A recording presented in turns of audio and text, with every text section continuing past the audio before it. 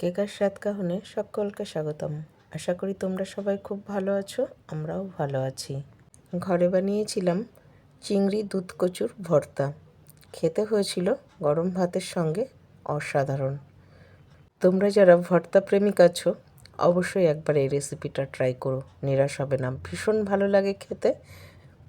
আর আমরা সবাই জানি দুধ কচুতে কিন্তু এতটুকু গলা ধরে না। তাহলে আসো দেখে নিই কীভাবে করলাম এই ভর্তা, সঙ্গে থাকো।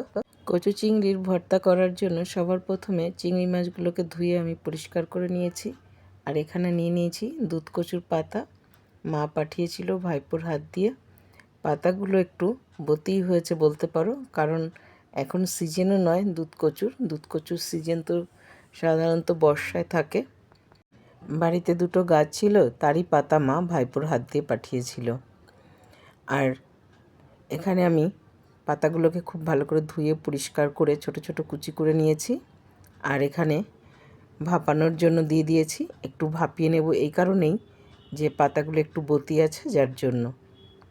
আর একটু লেবুও দিয়ে দিলাম বতি থাকার জন্য, আর কালারটাও কিন্তু একদম সবুজ রং বজিয়ে থাকে লেবু দেওয়ার জন্য।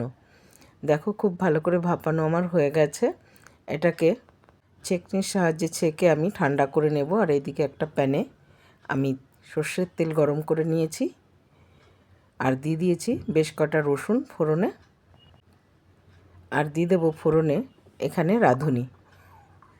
তুমি কালো জিরেও ব্যবহার করতে পারো, কিন্তু শাকের সঙ্গে রাঁধুনিটা আমার খুব ভালোই লাগে খেতে, সেই জন্য আজ রাঁধুনি ব্যবহার করেছি। আর এখানে ব্যবহার করেছি বেশটা পরিমাণে কাঁচা লঙ্কা। যেহেতু কচু শাক একটু লঙ্কার পরিমাণ কিন্তু বেশিই লাগবে, তোমরা তোমাদের প্রয়োজন মতন ব্যবহার করতে পারো। আর এখানে দিয়ে দিয়েছি চিংড়ি মাছ, হলুদ আর স্বাদ অনুযায়ী নুন দিয়ে এটাকে একটু হালকা ভেজে নেব। তোমরা চাইলে প্রথমে চিংড়ি মাছ ভেজে নামিয়েও রাখতে পারো, কোনো অসুবিধা নেই, বা এইভাবেও করতে পারো। দেখো চিংড়ি মাছ থেকে সামান্য জলও ছেড়েছে। আর এটা কিন্তু খুব ভালো করে ভাজাও আমার হয়ে এসছে। খুব বেশি ভাজবো না, হালকাই ভাজবো। তারপরে এর মধ্যে দিয়ে দেবো কচু শাকটা। কচু শাকের খুব ভালো করে জল ঝরিয়ে আমি রেখেছিলাম। এখন কচু শাকগুলোকে সব কিছুর সঙ্গে খুব ভালো করে মিশিয়ে ভেজে নিতে হবে। যেহেতু কচু শাক, তার জন্য খুব ভালো করে ভাজতে হবে যাতে কচু শাকের মধ্যে এতটুকু জল না থাকে। এই কচু শাকের ভর্তা তুমি যত ভালো করে কচু শাককে ভাজবে, ভর্তার টেস্টও কিন্তু ততটাই সুন্দর আসবে। দেখতেই পাচ্ছ ভাজতে ভাজতে কিন্তু এর পরিমাণটা অনেকটা কম হয়ে এসছে। এখনও কিন্তু এটাকে ভাজতে হবে।